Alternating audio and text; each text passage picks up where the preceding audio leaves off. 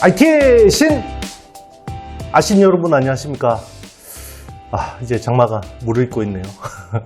제가 틀면 나온다 이렇게 이야기하더니 역시나 조정이 옵니다. 휴먼 인덱스로서 굉장히 가치가 있어요. 저는 그렇게 생각합니다.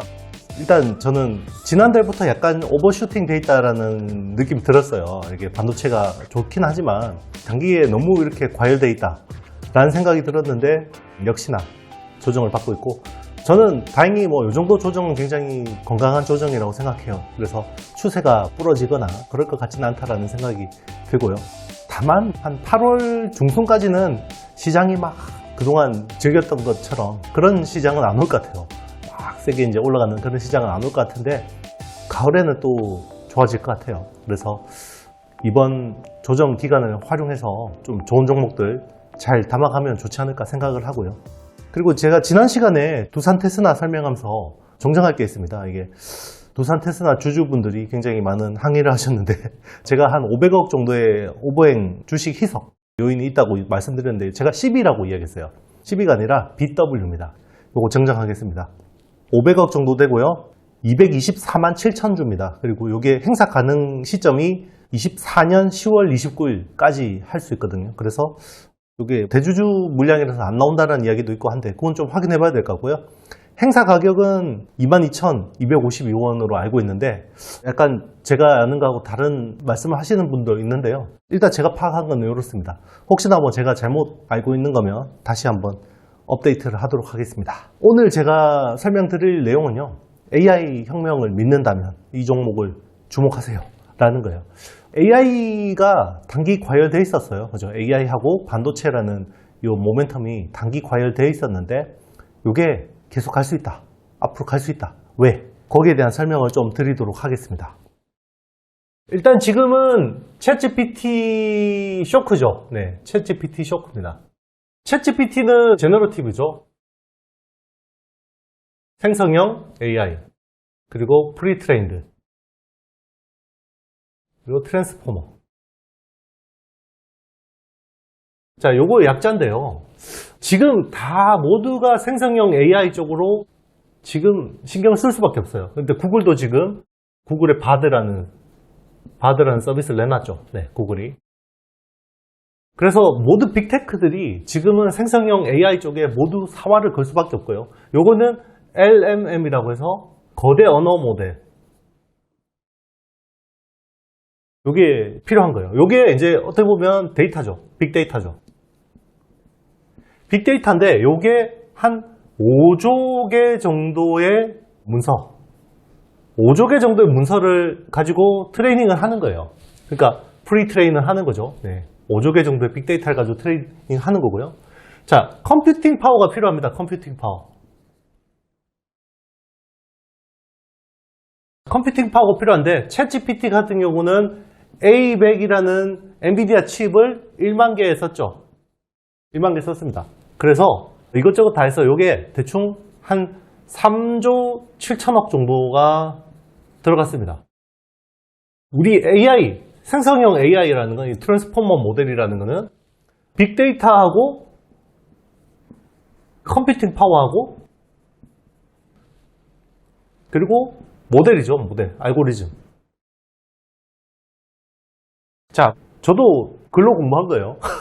제가 AI 연구를 해본 건 아닌데, 자, 일단은 빅데이터하고 컴퓨팅 파워를 어느 정도 계속 쓰니까 이게 창발성이라는 게 갑자기 나온다라는 거죠. 창발성이 또 뭐냐? 이거 설명해야 되는데 갑자기 느닷없이 성능이 확 올라오는 거죠.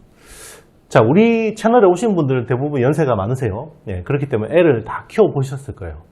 자, 애가 옹알이 하다가 갑자기 엄마 아빠 한번 하다가요, 어느 순간 얘가 옆에서 막 밥 달라 떼쓰고 있어요.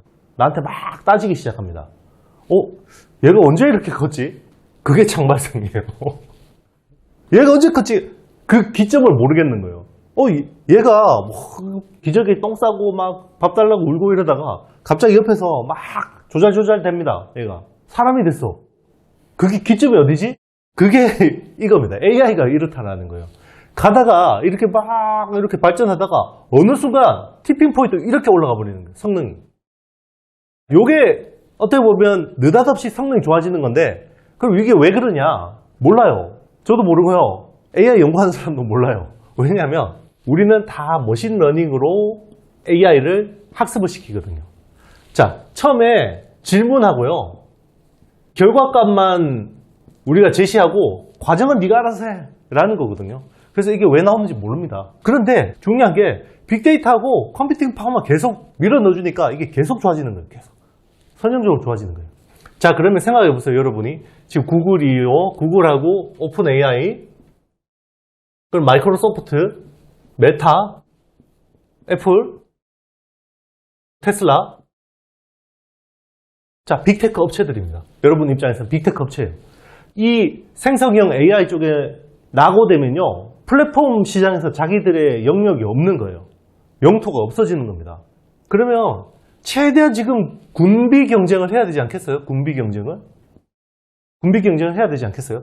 그러면 뭐 빅데이터라는 거는 어쨌든 플랫폼을 사니까 자기들 나름의 빅데이터를 가지고 있기 때문에 LLM을 돌리는 데는 크게 문제가 없죠.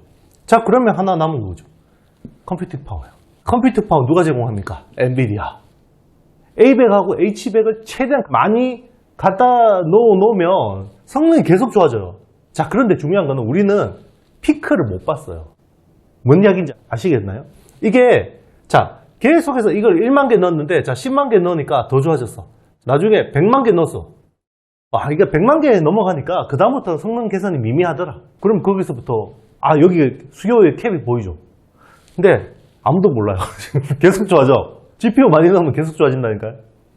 그런데 이 군비 경쟁을 어떻게 그만두겠냐는 거죠. IBM이 7,500명 감원해서 지금 AI 투자하겠다라는 게 그런 맥락에서 나온 거예요.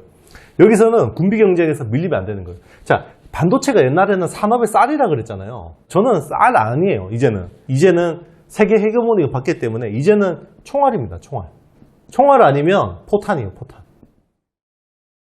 군비 경쟁. 그렇기 때문에 적어도 데이터 학습을 하는 기간 동안에는 엔비디아를 대체할 수가 없을 것 같고, 엔비디아를 대체할 수 없기 때문에 HBM이라는 시장은 안 죽을 것 같다. 그래서 HBM에 계속해서 올라타야 된다라는 생각입니다. 자, 그러면 지금 HBM 기술 경쟁이 가열이 될 거라는 거예요. HBM 기술 경쟁이. 이거는 주식시장의 호재예요. 호재일 가능성이 높습니다. 자, 누가 경쟁하나요? 삼성전자하고 SK하이닉스. 보통은 삼성전자 앞에 쓰는데요. HBM만은 SK하이닉스가 앞으로 와야 될 수도 있습니다. 왜냐하면 지금 HBM3는 얘가 독점을 하고 있거든요. 삼성전자는 HBM2E 3세대하고 HBM2 여기가 주력이죠. 아직까지. SK하이닉스는 HBM3가 전체 HBM 시장을 놓고 보면요. HBM3와 논 HBM3 보면요. 요게 한 30% 정도 되고 요게 한 70% 정도 됩니다. 점점 더 이쪽이 커지겠죠. 왜? 엔비디아가 요거를 HBM3를 독점적으로 계속 쓰고 있잖아요. 그러면 지금 칩을 많이 만들수록 HBM 수요는 늘어날 건데, 여기서 또 병목이 HBM3가 병목일 수도 있는데 지금 TSMC가 또 병목이죠. TSMC가 지금 선단 공정도 3나노, 4나노 선단 공정도 병목인데, 자, 코워스라는 어드밴스드 패키징 쪽이 지금 캐파가 없어요. 캐파가. 이번에 리사수 박사가 요거 확보하려고 AMD의 CEO인 리사수 박사가 대만으로 넘어갔습니다. 지금 이걸 확보해야지 2.5D 구조로 칩을 만들 수가 있다는 거죠. 지금 AI 칩 쪽에 또 엔비디아가 A100하고 H100이 있으면 여기하고 경쟁하려고 AMD의 MI300하고 MI300X 같은 거, 그죠? 지금 치열하게 경쟁 중이잖아요. 그러려면 이것도 확보해야 됩니다. HBM도 기술 경쟁이 가열됩니다. 그러면 어드밴스드 패키징은 양방으로 좋아지는구나 라고 볼 수 있는 거고요. 지금 투자가 시급합니다. 삼성도 이거를 그래서 온양하고 천안하고 여기 기존의 후공정 라인들을 싹 다 드러내고, 그죠? 하나 마이크론한테 넘겨주고 여기에 이제 어드밴스드 패키징을 투자를 하고 있는 거죠. 그렇기 때문에 이런 트렌드들이 단기간에 꺾일 것 같지 않다는 거예요. 그래서 최근 조정 때문에 마음이 아프시잖아요. 그럼 이런 트렌드를 무슨 종목을 봐야 되냐? 네, 투자의 판단은 여러분들이 하셔야 돼요. 제가 절대 책임지지 않습니다. 참고만 하세요. 어차피 뭐 요즘에 텔레나 블로그 검색하면 다 나오는 거니까요. 네, 절대 저한테 책임을 묻지 말아주세요. 그래서 여기에 관련된 업체들은요, 후공정 쪽으로는 리노공업 같은 업체들이 수혜를 보는 거고요. 그리고 기판 쪽에 대덕전자, 그죠? 대덕전자가 수혜를 보는 거고, 그리고 삼성전기, 그리고 당연히 뭐 한미반도체, 이오테크닉스죠. 이제 여기는 너무 이제 하늘나라 주식이라, 자, 이런 회사들 봐야 되는 거고요. 물론 이제 인텍플러스도 봐야 되는 거고. 자, 이런 회사들을 계속해서 주목해야 되고요. 그리고 이제 세정 쪽에서는 제우스. 이런 회사들 가운데 여러분들이 좀 조정이 좀 과하게 됐다라고 싶은 회사들 중심으로 좀 주목해서 보는 게 좋지 않을까라는 생각이 듭니다. 네, 지금 AI 시장이 경쟁이 가열차게 진행되고 있죠. 이게 사실 TSMC의 낙수 효과로 삼성 파운드리가 엔비디아나 AMD 쪽 물량을 가져온다라면 굉장히 이것도 호재죠. 그리고 HBM 쪽은 또 우리가 수혜를 볼 수 있는 부분이죠. 만약에 이게 이상적인 그림으로 간다 그러면 시스템 반도체하고 메모리, 양광으로 수혜를 보는 우주의 기운이 도와주는 그런 상황이 올 수도 있다는 생각이 듭니다. 최근에 이제 뉴스 나온 게 지금 삼성 파운드리 5나노, 7나노 쪽의 가동률이 90% 수준에 육박했다는 이야기 나오죠.